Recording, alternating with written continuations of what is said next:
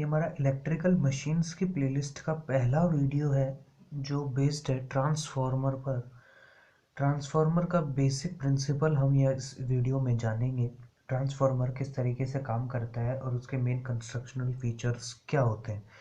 देखिए, डेफिनेशन से अगर मैं बात करूँ तो ट्रांसफॉर्मर एक स्टैटिक डिवाइस होता है जो कि इलेक्ट्रिकल एनर्जी को एक सर्किट से दूसरे सर्किट में बिना किसी डायरेक्ट इलेक्ट्रिकल कनेक्शन के with the help of mutual induction की हेल्प से दो वाइंडिंग्स के बीच में ट्रांसफर करता है। देखिए, वापस से समझने की कोशिश करते हैं। ट्रांसफॉर्मर एक ऐसा स्टैटिक डिवाइस होता है जो कि इलेक्ट्रिकल एनर्जी में मतलब पावर उसमें फ्रीक्वेंसी में बिना चेंज किए इलेक्ट्रिकल एनर्जी को ट्रांसफर करता है एक सर्किट से दूसरे सर्किट में म्यूचुअल इंडक्शन की हेल्प से बिना किसी इलेक्ट्रिकल डायरेक्ट कनेक्शन से। अब देखिए, वर्किंग प्रिंसिपल की अगर हम बात करें तो वर्किंग प्रिंसिपल किस तरीके का होगा देखते हैं।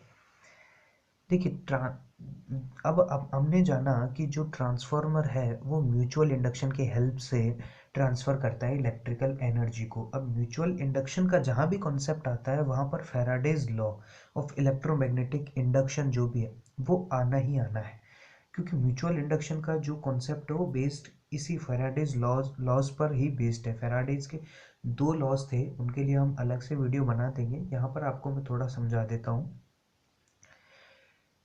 देखिए, फैराडेज लॉ क्या कहता है कि rate of change of flux linkage with respect to time is directly proportional to induced EMF in a conductor और कॉइल। देखिए, जितना ज़्यादा फ्लक्स लिंक होगा किसी भी कॉइल से उसके अंदर उतना ही ईएमएफ जनरेट होगा।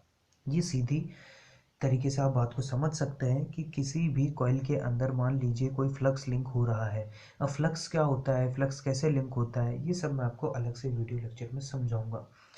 तो देखिए, फ्लक्स लिंक हो रहा है तो वो डायरेक्टली प्रोपोर्शनल होगा इंड्यूस्ड ईएमएफ के। जितना ज़्यादा फ्लक्स लिंकेज होगा कॉइल से उतना ही ज़्यादा ईएमएफ जनरेट हो जाएगा। देखिए, मैं आपको इसका जो बेसिक प्रिंसिपल है, वर्किंग प्रिंसिपल है, वो मैं आपको बताता हूँ कि किस तरीके से ट्रांसफार्मर काम करता है। मान लीजिए यहाँ पर मैंने एक कॉइल ले ली, ये मेरी कॉइल है। मान लीजिए कॉइल 1 मैंने इसको नाम दे दिया और ये मेरी कॉइल है। अभी थोड़े टाइम के लिए आप इस वाली कॉइल को भूल जाइए कि यहाँ पर कुछ और भी है और इन सभी लाइन्स को नज़र मत रखिए। आप सिर्फ और सिर्फ इस कॉइल पर नोटिस कीजिए। मान लीजिए मैंने एक कॉइल ली, मैंने इस कॉइल को किसी एक वोल्टेज सोर्स से जॉइन कर दिया। कनेक्ट करने पर ये एक ऑल्टरनेटिंग सोर्स है, यहाँ से जो वोल्टेज है वो करंट भेजेगा, यहाँ पर इसमें करंट जनरेट होगा। अब ये एक कॉइल है। कॉइल का फंक्शन होता है कि जैसे उसके अंदर एक करंट यहाँ पर दौड़ेगा तो एक मैग्नेटिक फ्लक्स भी यहाँ पर जनरेट हो जाएगा। अब मैं क्या करूँगा कि इस कॉइल के पास में एक और कॉइल लेकर के आऊँगा। अब मैं जैसे ही यहाँ पर एक दूसरी कॉइल लाऊंगा, इसके फ्लक्स की वजह से जो भी, देखिए इसका जो फ्लक्स ये जनरेट हो रहा है ये इसका फ्लक्स है। अब ये जो इसका फ्लक्स है, ये फ्लक्स कहीं ना कहीं इस वाले कॉइल के लिए भी जनरेशन कर देगा, मतलब इससे भी लिंक होने लग जाएगा।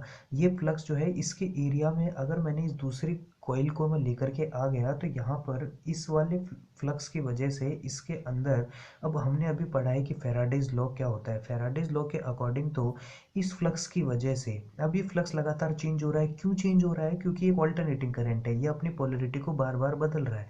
तो इस वजह से ये फ्लक्स भी चेंज हो रहा है और इस फ्लक्स के लिंकेज के चेंज होने की वजह से इसके अंदर एक ईएमएफ जनरेट हो जाएगा।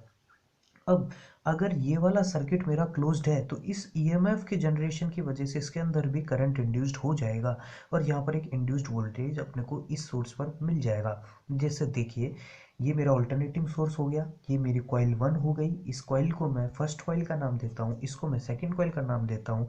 इस कॉइल के अंदर इस ऑल्टरनेटिंग सोर्स की वजह से एक फ्लक्स जनरेट हुआ। उस फ्लक्स के एरिया में अगर मैं दूसरी कॉइल को लेकर के आता हूं तो उस चेंजिंग फ्लक्स की वजह से इसके अंदर भी इंड्यूस्ड ईएमएफ जनरेट हो जाएगा और उस इंड्यूस्ड ईएमएफ की वजह से इसके अंदर भी करंट पास होने लगेगा।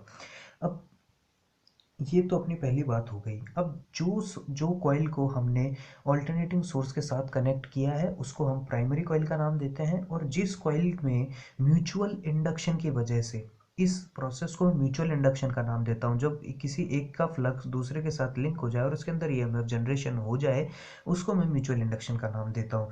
तो म्यूचुअल इंडक्शन की जिस जिस कॉइल के अंदर म्यूचुअल इंडक्शन की वजह से हमने को वोल्टेज मिल रहा है, वो सेकेंडरी कॉइल का नाम हो जाएगा। अब देखिए होता क्या है ना कि जब भी कुछ इस तरीके की कॉइल्स यहाँ पर लिंक्ड होती हैं तो जैसे अगर ओपन एयर की बात करूँ, यहाँ पर सिर्फ दो कॉइल हैं, तो ये जो फ्लक्स जनरेशन हुआ, ये फ्लक्स पूरा पूरा लिंक नहीं हो पाता है, ये कुछ अमाउंट ही लिंक हो पाता है। अब ये कुछ अमाउंट लिंक हो पाएगा तो यहाँ पर कुछ थोड़ा ही ईएमएफ जनरेट हो पाएगा, थोड़ा ईएमएफ जनरेट होगा तो थोड़ा ही करंट यहाँ पर नोटिस कर पाएंगे, और वो करंट बहुत ही ज़्यादा स्मॉल होता है। अब हमको ऐसा कुछ करना होगा यहाँ पर कि ये जो इसका फ्लक्स है ये पूरा पूरा इसके साथ लिंक्ड हो जाए, पूरा भी नहीं हो तो बहुत ज़्यादा परसेंटेज इसके साथ लिंक हो जाए, ऐसा कुछ करना होगा। वो लिंक करने के लिए हम यहाँ पर एक लो रिलक्टेंस पाथ जनरेट करते हैं। उस लो रिलक्टेंस पाथ को कोर का नाम दिया जाता है। देखिए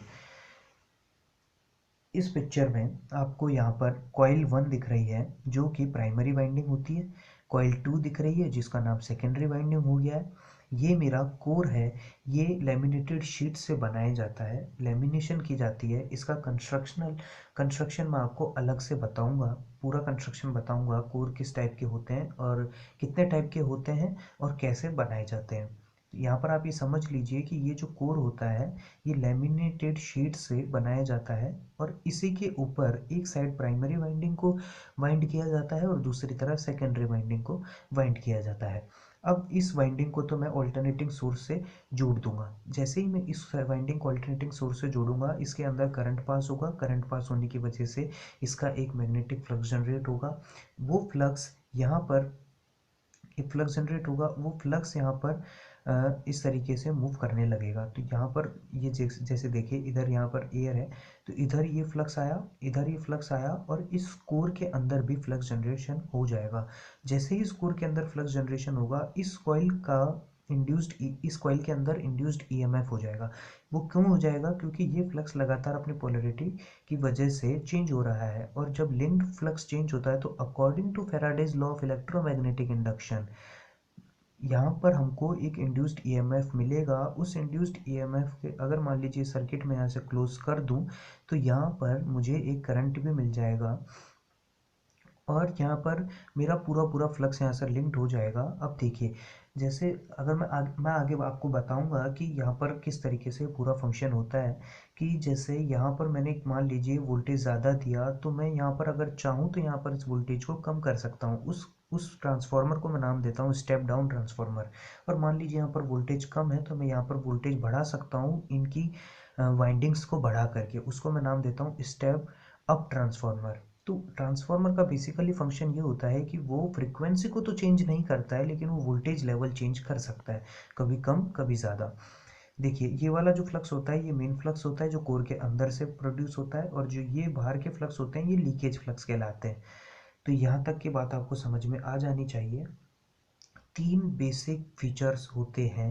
पहला प्राइमरी वाइंडिंग जो कि अल्टरनेटिंग करंट सोर्स से डायरेक्टली कनेक्टेड हो, दूसरा कोर जो कि इन दोनों वाइंडिंग्स को आपस में कनेक्ट कर रहा हो और मेन फ्लक्स प्रोड्यूस करने का मेन काम कर रहा हो, और तीसरा सेकेंडरी वाइंडिंग जो कि म्यूचुअल इंडक्शन की वजह से जिसके अंदर इंड्यूस्ड ईएमएफ जनरेशन हो रहा हो। ये हमारा बेसिक प्रिंसिपल ऑफ ट्रांसफार्मर हो गया है। इसके आगे मैं नेक्स्ट वीडियो में आपको ईएमएफ इक्वेशन ऑफ ट्रांसफार्मर बताऊंगा, कंस्ट्रक्शनल फीचर्स ऑफ ट्रांसफार्मर बताऊंगा, आइडियल ट्रांसफार्मर बताऊंगा, थ्योरी ऑफ ट्रांसफार्मर बताऊंगा। ये सब बातें मैं अगली वीडियो में कर लूँगा। अगर आपको थ्योरी लिखनी है तो आप उसको नोट कर सकते हैं।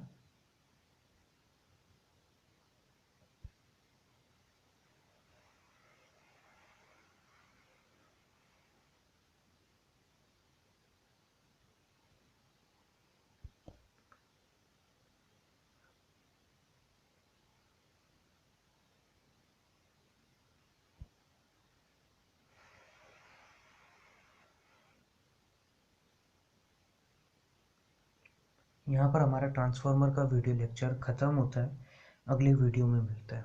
Thank you.